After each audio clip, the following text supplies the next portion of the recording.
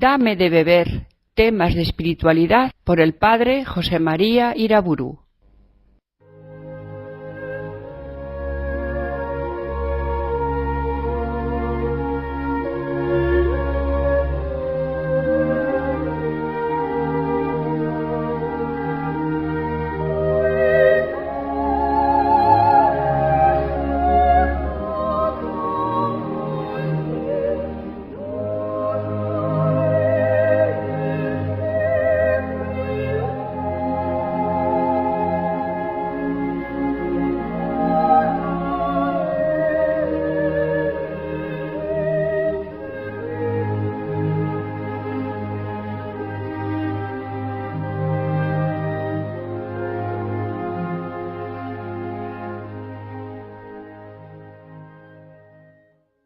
En el nombre del Padre, del Hijo y del Espíritu Santo.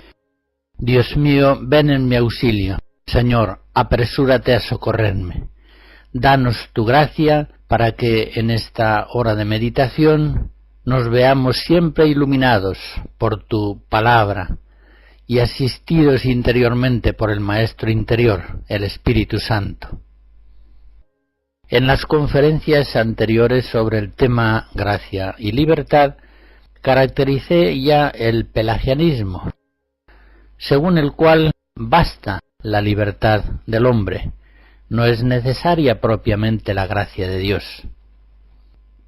Examinamos también la actitud de los semipelagianos, que, admitiendo la necesidad de la gracia, la consideran como una fuerza conjunta y distinta a la fuerza de la libertad del hombre, uniéndose la gracia de Dios por una parte con la libertad volitiva del hombre, por otra parte es como se va produciendo la obra buena.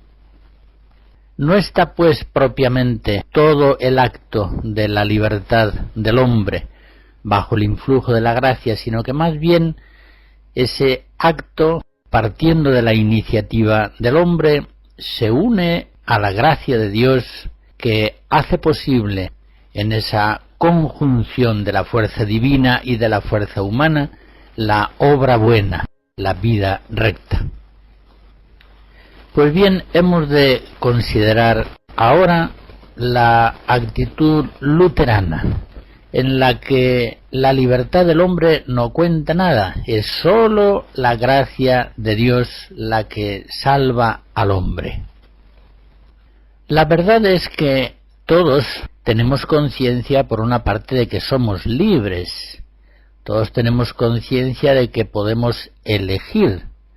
Y por eso, cuando obramos mal, sentimos el peso de nuestra culpa.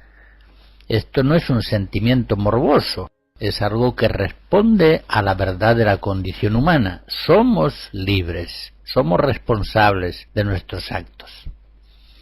Pero fíjense que también es cierto el dato experimental aparentemente contrario, que todos tenemos conciencia de que nuestra libertad está como atada, enferma.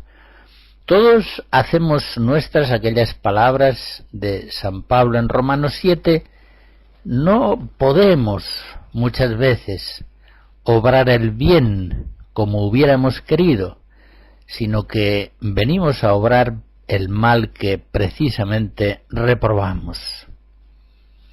Como digo, hay en nosotros pues una doble experiencia. Por una parte nos sentimos libres, pero por otra parte nos sentimos cautivos en una libertad sumamente vulnerable a los condicionamientos exteriores e interiores. Pues bien, si en Pelagio prevalece el primer convencimiento, el hombre es libre, el hombre está sano, prevalece hasta oscurecer la necesidad de la gracia. En Lutero sucede justamente lo contrario. El optimismo antropológico de Pelagio se ve polarmente opuesto al pesimismo extremo de Lutero. Muchas veces se ha señalado que la doctrina teológica de Lutero tiene en él mismo unas profundas raíces biográficas. Unas raíces biográficas que, al menos muy someramente, conviene recordar. Lutero, nacido en 1483 y muerto en 1545, ingresa en los agustinos de Erfurt, en Alemania, y recibe una formación filosófica y teológica bastante mala, nominalista y de tendencia voluntarista, o si se quiere, semipelagiana. Hay muchos datos de la morbosidad de su vivencia espiritual. Una morbosidad consecuente con la mala formación teológica y espiritual que había recibido. Leo algunos textos de Lutero. Yo, aunque mi vida fuese la de un monje irreprochable, me sentía pecador ante Dios, con una conciencia muy turbada, y con mi penitencia no me podría creer en paz. Y no amaba, incluso detestaba a Dios como justo y castigador de los pecadores. Me indignaba secretamente, si no hasta la blasfemia, al menos sintiendo un inmenso resentimiento respecto a Dios. En otro texto escribe: al solo nombre de Jesucristo, nuestro Salvador, temblaba yo de pies a cabeza. Y también confiesa: yo recuerdo muy bien que horriblemente me amedrentaba el juicio divino y la vista de Cristo como juez y tirano. Ya comprenden ustedes que desde estas experiencias de la vida espiritual no se puede vivir una vida cristiana y menos aún una vida religiosa. ¿Qué salida tenía Lutero para escapar de esa captación nefasta de Dios y de sí mismo? La salida, por supuesto, era la verdad católica, pero él no la alcanzó, desgraciadamente, y el remedio que buscó para sanar su enfermedad espiritual fue mucho peor que su enfermedad. Recuerdo cuáles son los principios teológicos fundamentales que van a regir la teología y la espiritualidad de Lutero. En primer lugar, Lutero afirma que el hombre está totalmente corrompido por el pecado y que lo mejor es reconocerlo con todas sus consecuencias. El hombre peca siempre, aun cuando intente obrar el bien. El hombre está tan corrompido que ni siquiera Dios puede rescatarle de su podredumbre. Por tanto, lo único que es posible a Dios para salvar al hombre es no tener en cuenta sus pecados, no imputárselos, sencillamente, cubrir en Cristo con una capa de misericordia al pecador, de tal modo que sus pecados no le sean ya imputados. La gracia, pues, no sana la naturaleza del hombre, su libertad, no la eleva a una vida sobrenatural, sino que en este planteamiento, como se ve, la justificación cristiana es solamente declarativa, pasiva, o como a veces se dice, imputativa. Por tercera vez consecutiva, y por ahora la última, escucharemos diversos fragmentos de la Pasión según San Mateo, de Juan Sebastián Bach. Desgleichen auch die Hohenpriester spotteten sein, samt die Schriftgelehrten und Ältesten und sprachen: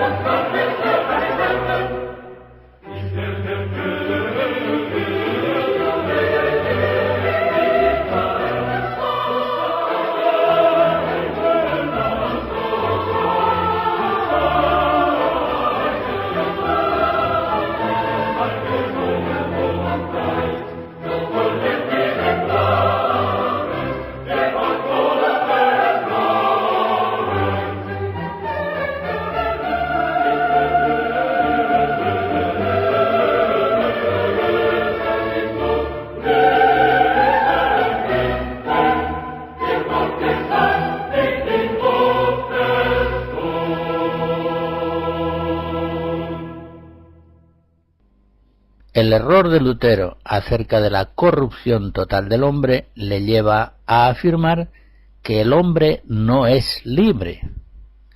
El hombre perdió su libertad al corromperse ya en el pecado original, y por tanto es inútil que siga atormentándose la conciencia con la ilusión psicológica de su pretendida libertad.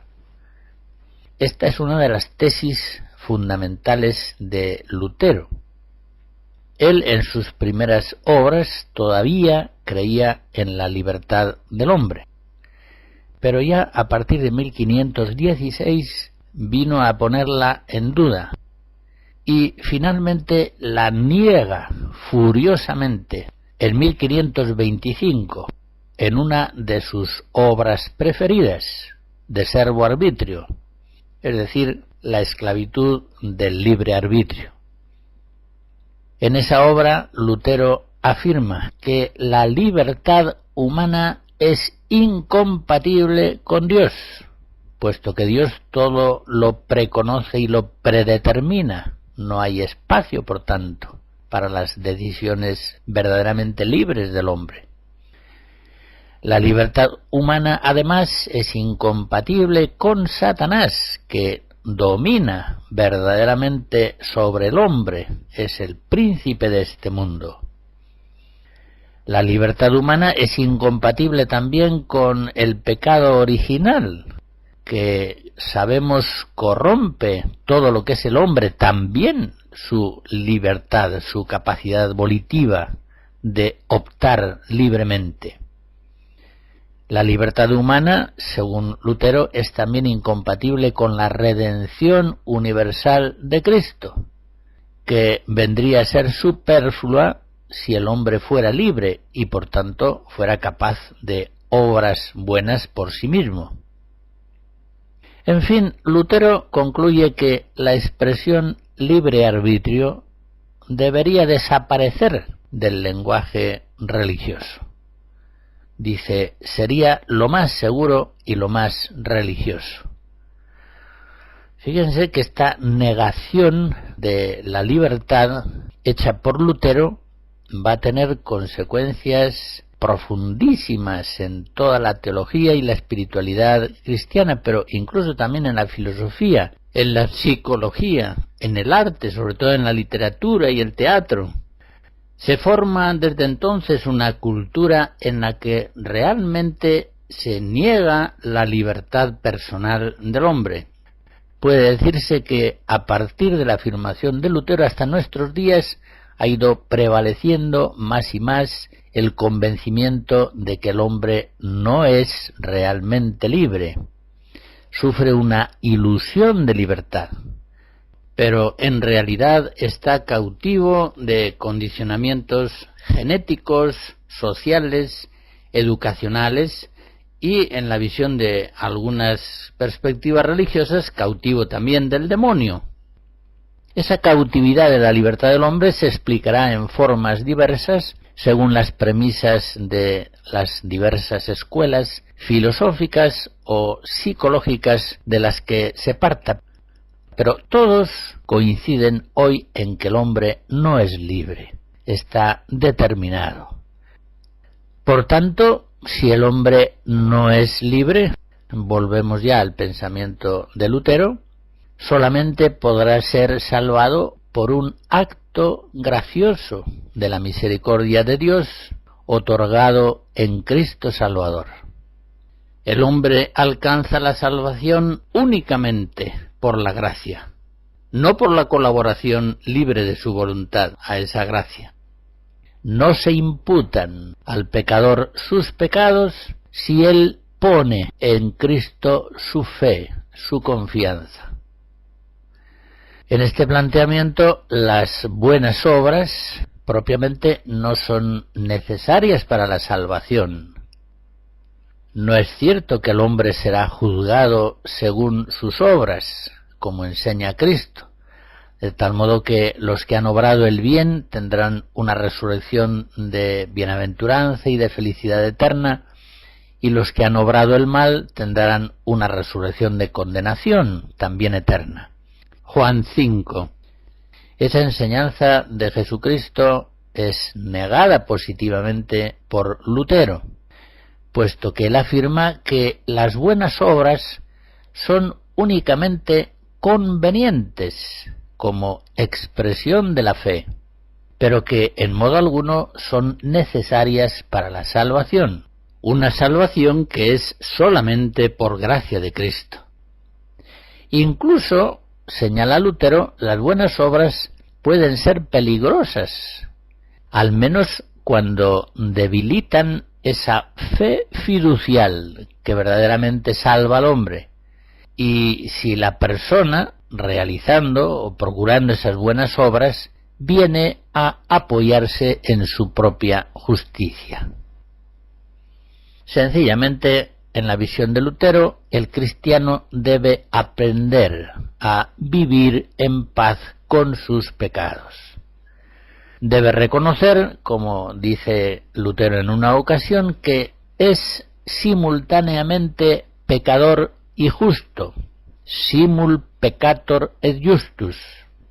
Es el hombre pecador en realidad, pero es justo en la consideración que de él hace Dios por la salvación de Cristo.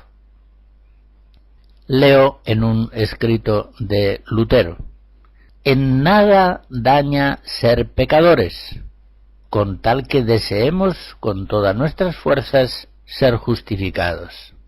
Y sigue diciendo que el diablo, con 1000 artificios, tienta a los hombres a que trabajen neciamente, esforzándose por ser puros y santos, sin ningún pecado, y cuando pecan o se dejan sorprender de alguna cosa mala, de tal manera el diablo atormenta su conciencia y la aterroriza con el juicio de Dios, que casi les hace caer en desesperación.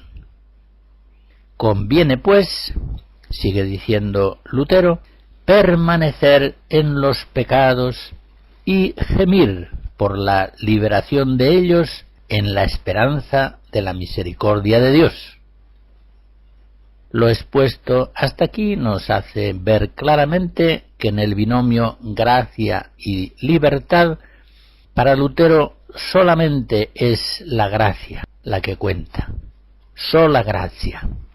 La libertad no puede nada, y es mejor que lo reconozca humildemente y que no trate de colaborar con obras buenas a la gracia de Dios en un esfuerzo que está condenado al fracaso y que en el fondo es falso y nocivo, porque rechaza una salvación que sea puramente gratuita, dada por Dios, y porque supone implícitamente que el hombre se siente todavía capaz de obras buenas, se siente capaz de colaborar con Dios en su propia salvación.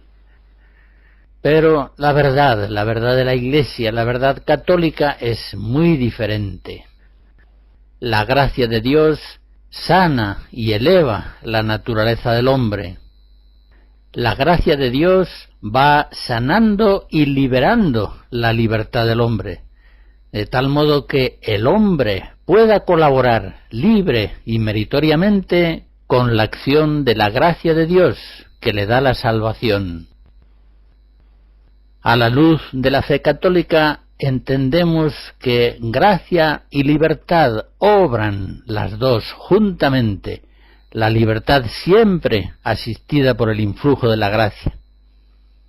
Por el contrario, en la visión de Lutero se produce un planteamiento esquizofrénico: o gracia o libertad. Y Lutero, afirmando la gracia, niega la libertad del hombre. Es war aber da Maria Magdalena und die andere Maria, die setzten sich gegen das Grab. Des andern Tages, der Da folget nach dem Rüsttage, kamen die hohen Priester und Pharisäer sämtlich zu Pilato und sprachen: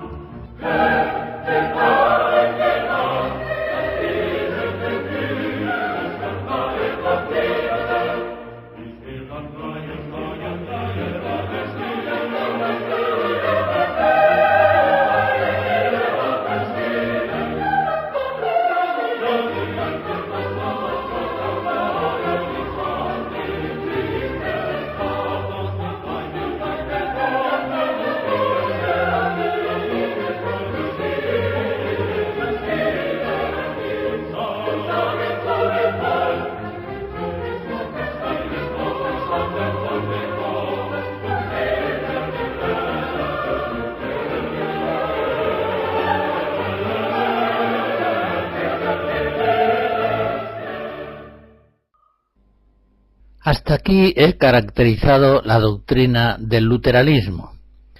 Pues bien, lo mismo que el pelagianismo o el semipelagianismo, también la tendencia luterana es una herejía permanente, que desde luego extiende su tentación mucho más allá del campo protestante. Cuando un católico, por ejemplo, tiene por irremediable su atadura al pecado o a un cierto pecado concreto y va al sacramento de la penitencia, por tanto sin arrepentimiento verdadero y sin propósito de la enmienda, es evidente que está buscando en Cristo una justificación al estilo luterano, como una imputación extrínseca de justicia, concedida, eso sí, en el sacramento. Soy pecador, soy inevitablemente pecador, lo seguiré siendo, pero pongo toda mi confianza y fe en Cristo. A Él me acerco en el sacramento, Dios me perdona y me seguirá perdonando todo lo que haga falta. Parece claro que la actual pérdida de fe en la propia libertad, de lo cual hemos de hablar en otra ocasión más largamente, parte hoy de unas premisas muy diversas de las de Lutero.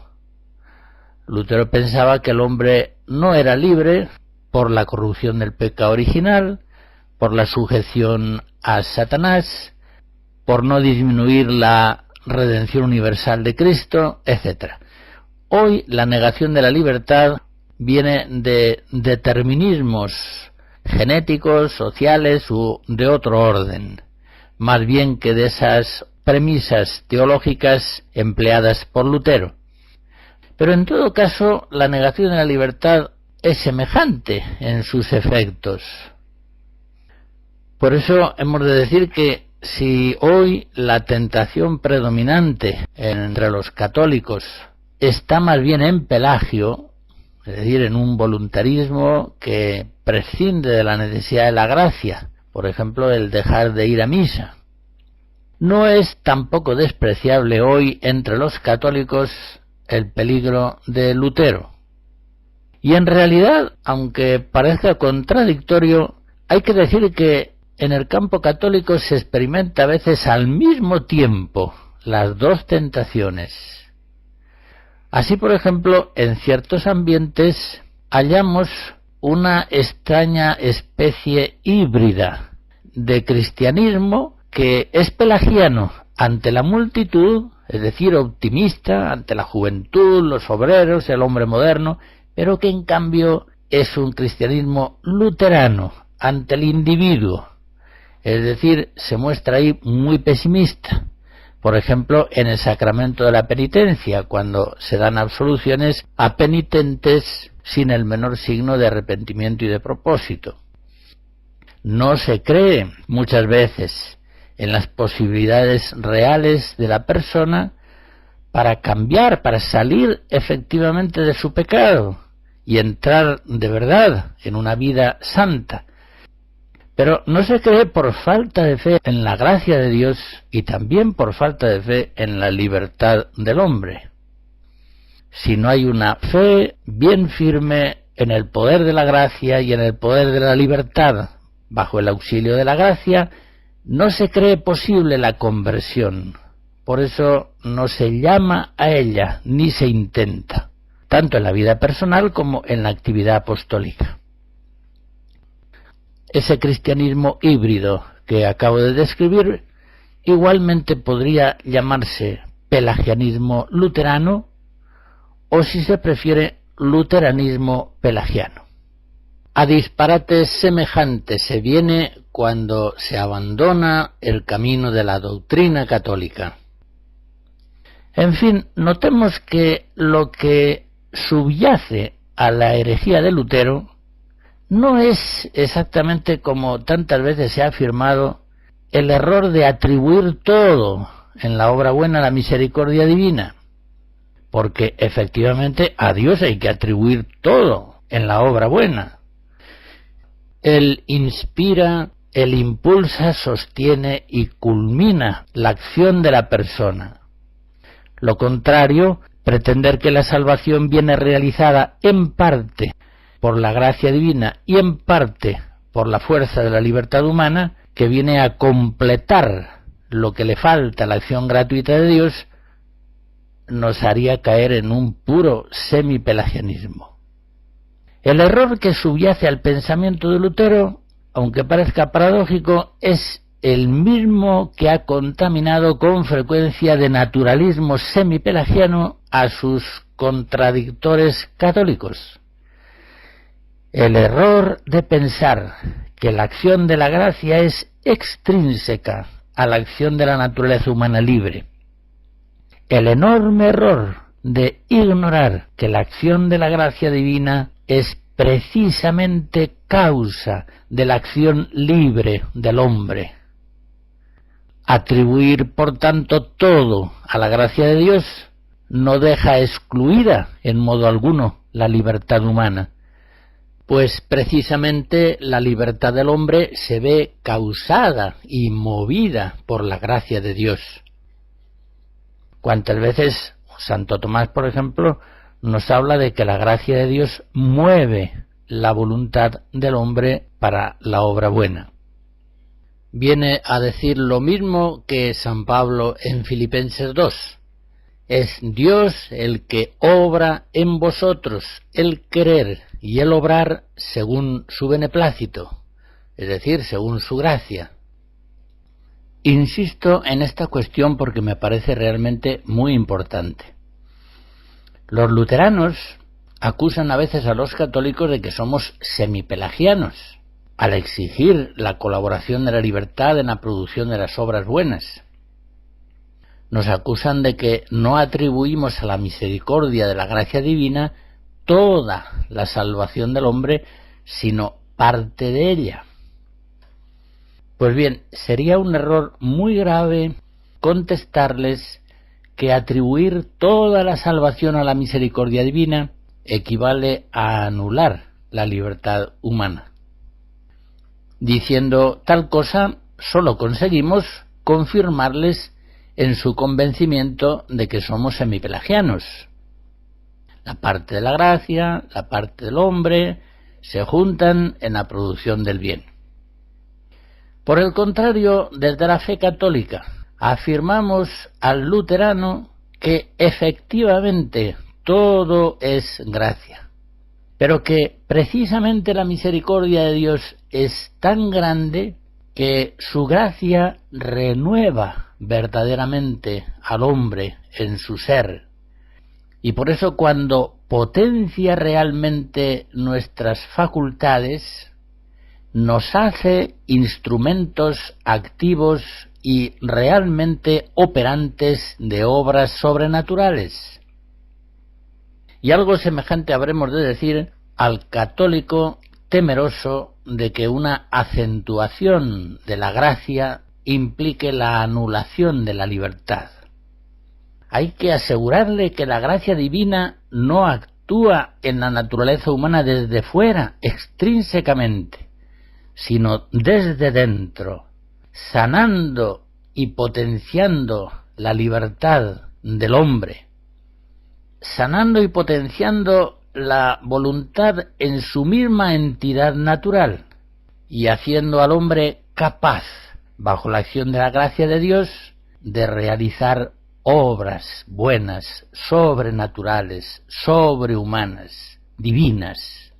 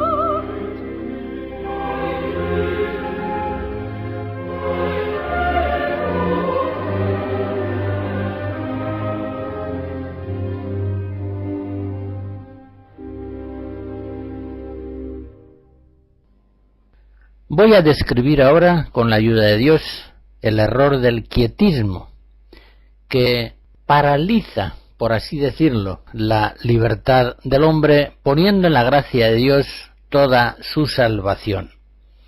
Según esto, parecería que quietismo y luteranismo coinciden. Sin embargo, son netamente diferentes. El luteranismo niega la libertad del hombre.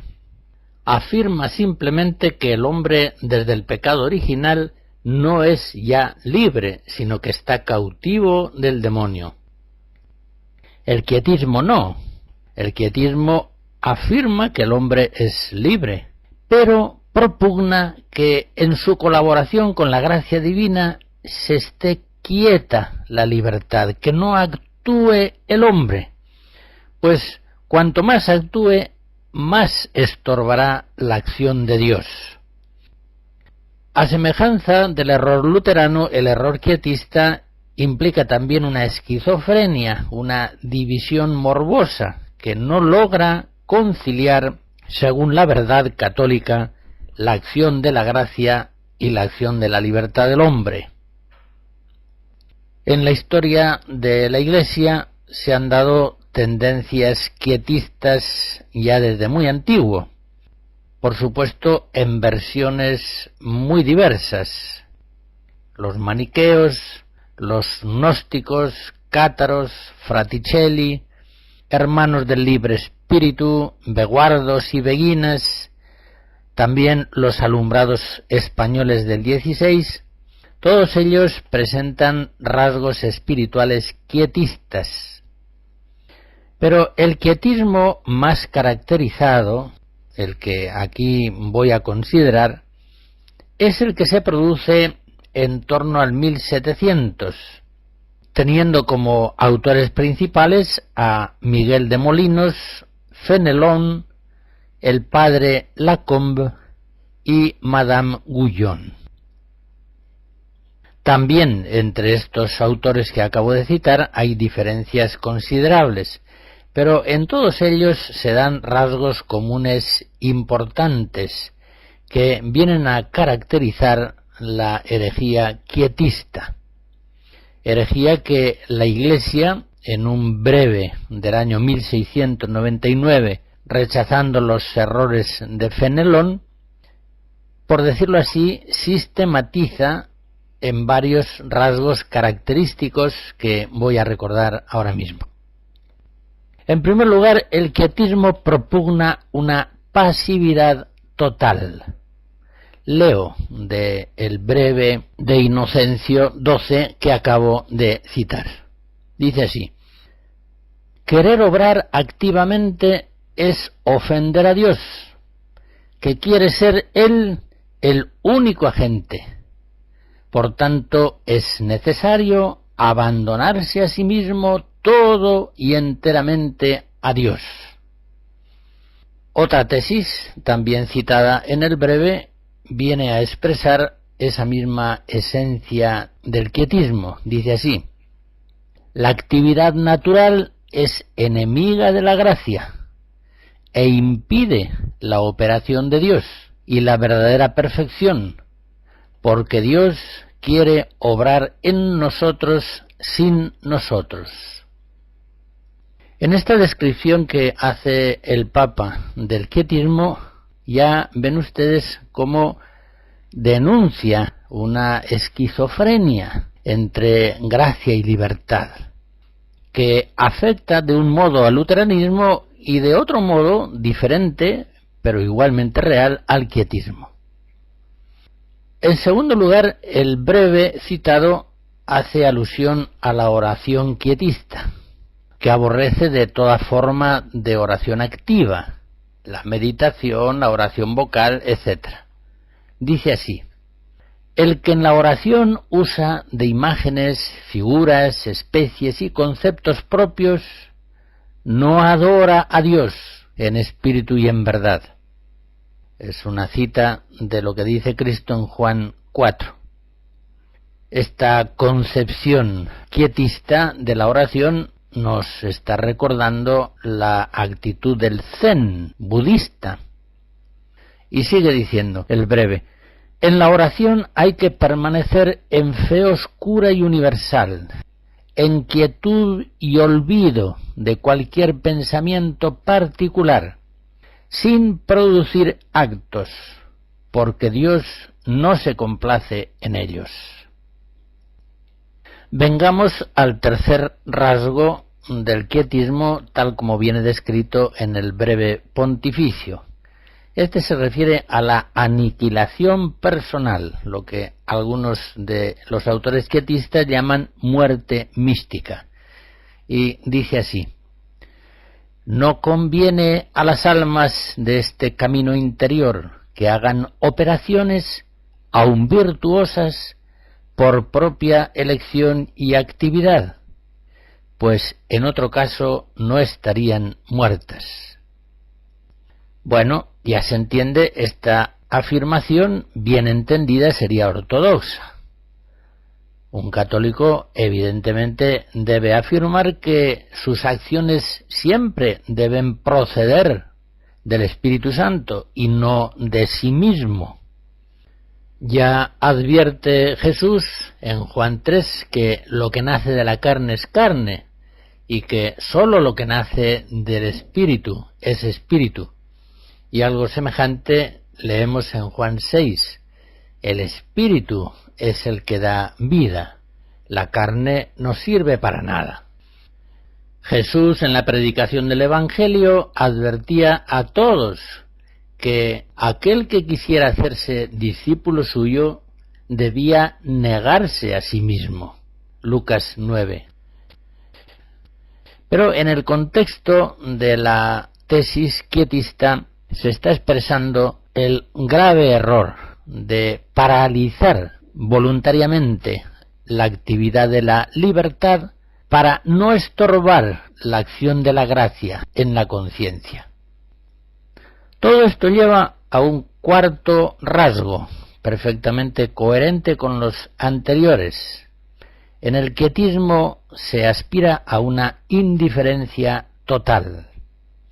El alma no debe interesarse ni por cielo ni por infierno, ni tampoco por su propio estado espiritual, sino que debe permanecer como un cadáver exánime. Resignado en Dios, el libre albedrío, al mismo Dios hay que dejar el pensamiento y cuidado de toda cosa nuestra, y dejarle que haga en nosotros, sin nosotros, su divina voluntad. Cualquier persona que conozca, por ejemplo, la doctrina de San Juan de la Cruz sobre las noches pasivas del alma, sensitiva al principio, espiritual después, se da cuenta enseguida de que la pasividad propugnada por los místicos católicos es muy diferente de la pasividad de los quietistas, tanto en la oración como en los actos ordinarios de la vida. En el lenguaje de los quietistas puede haber una apariencia de verdad católica, según la cual se reconoce la primacía de la acción de la gracia en todos los momentos de la vida cristiana.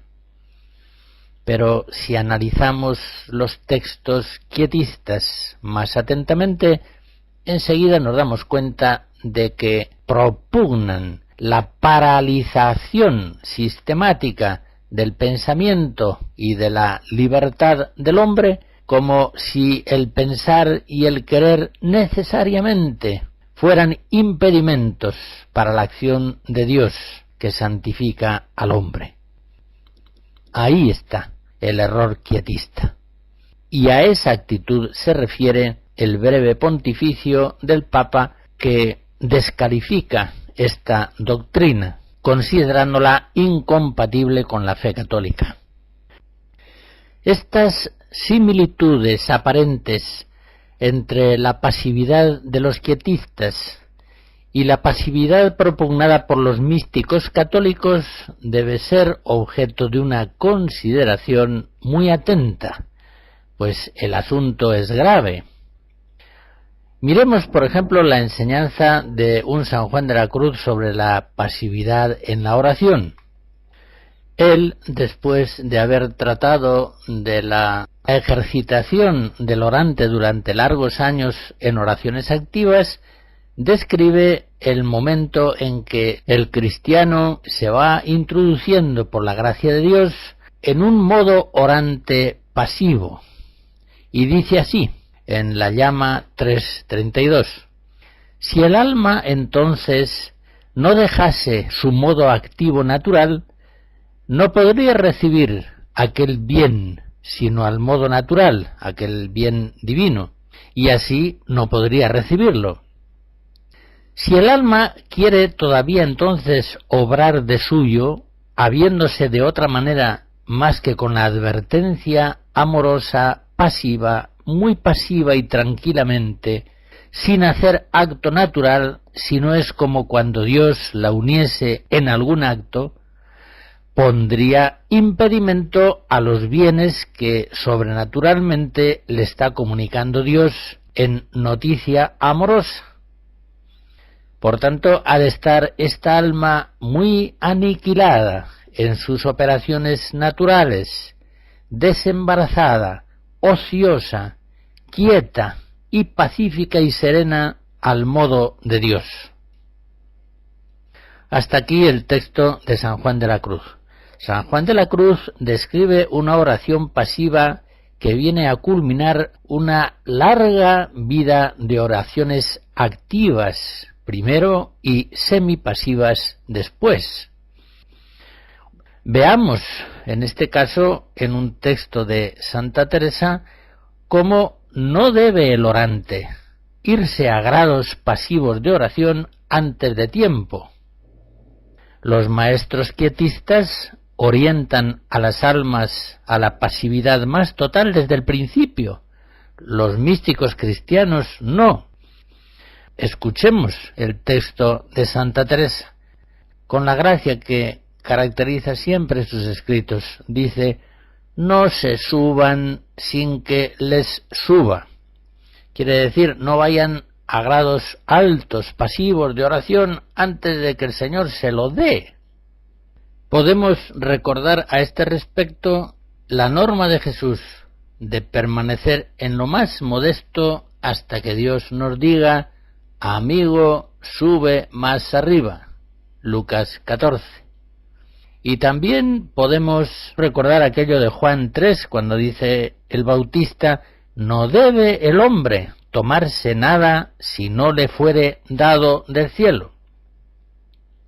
Y sigue diciendo Santa Teresa en el libro de la vida, en el capítulo 11, que es evidente la tentación de escaparse con demasiada prisa de las oraciones activas, ya que, dice, en estos principios está todo el mayor trabajo, porque son ellos los que trabajan dando el Señor el caudal, que en los otros grados de oración, se refiere ya a los semipasivos o pasivos, lo más es gozar.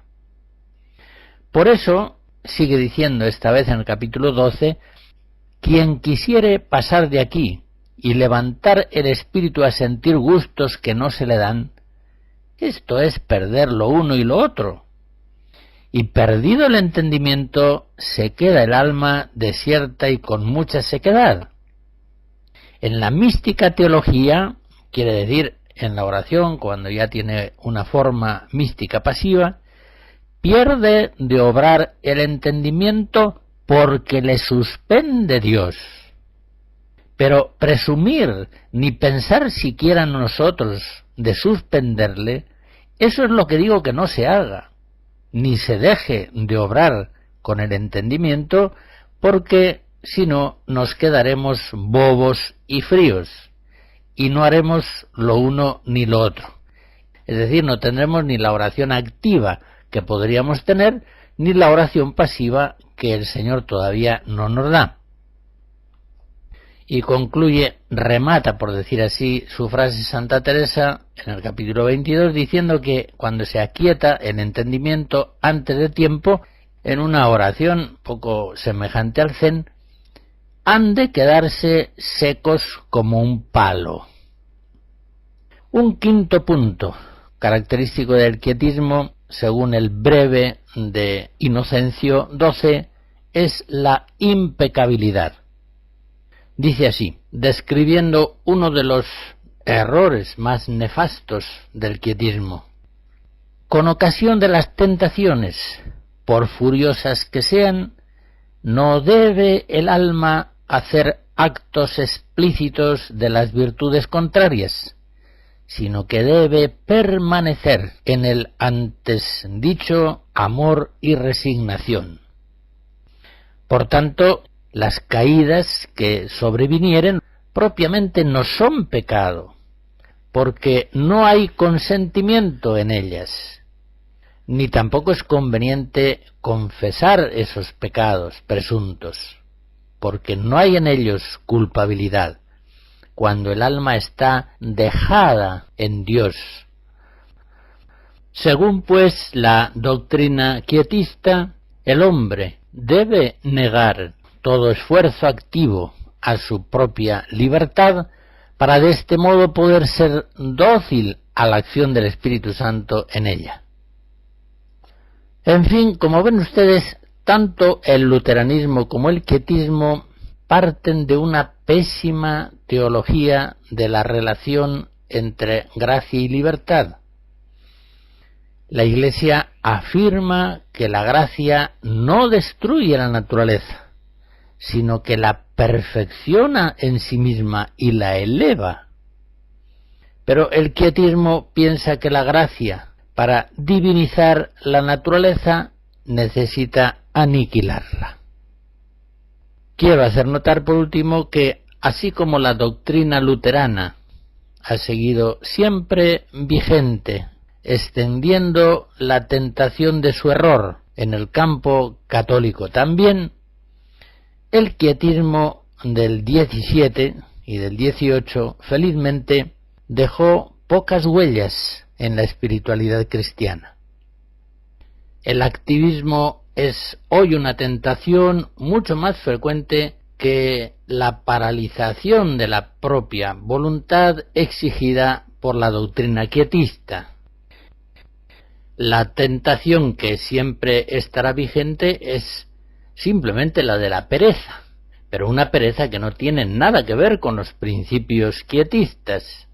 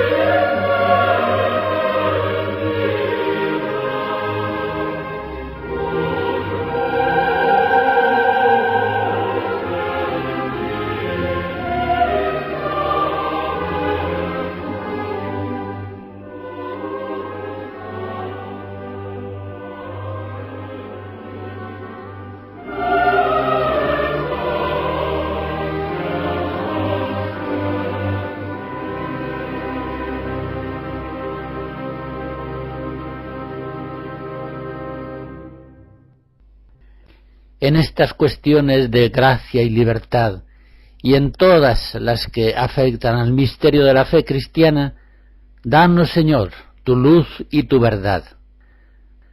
La bendición de Dios Todopoderoso, Padre, Hijo y Espíritu Santo, descienda sobre ustedes y les guarde siempre. Amén.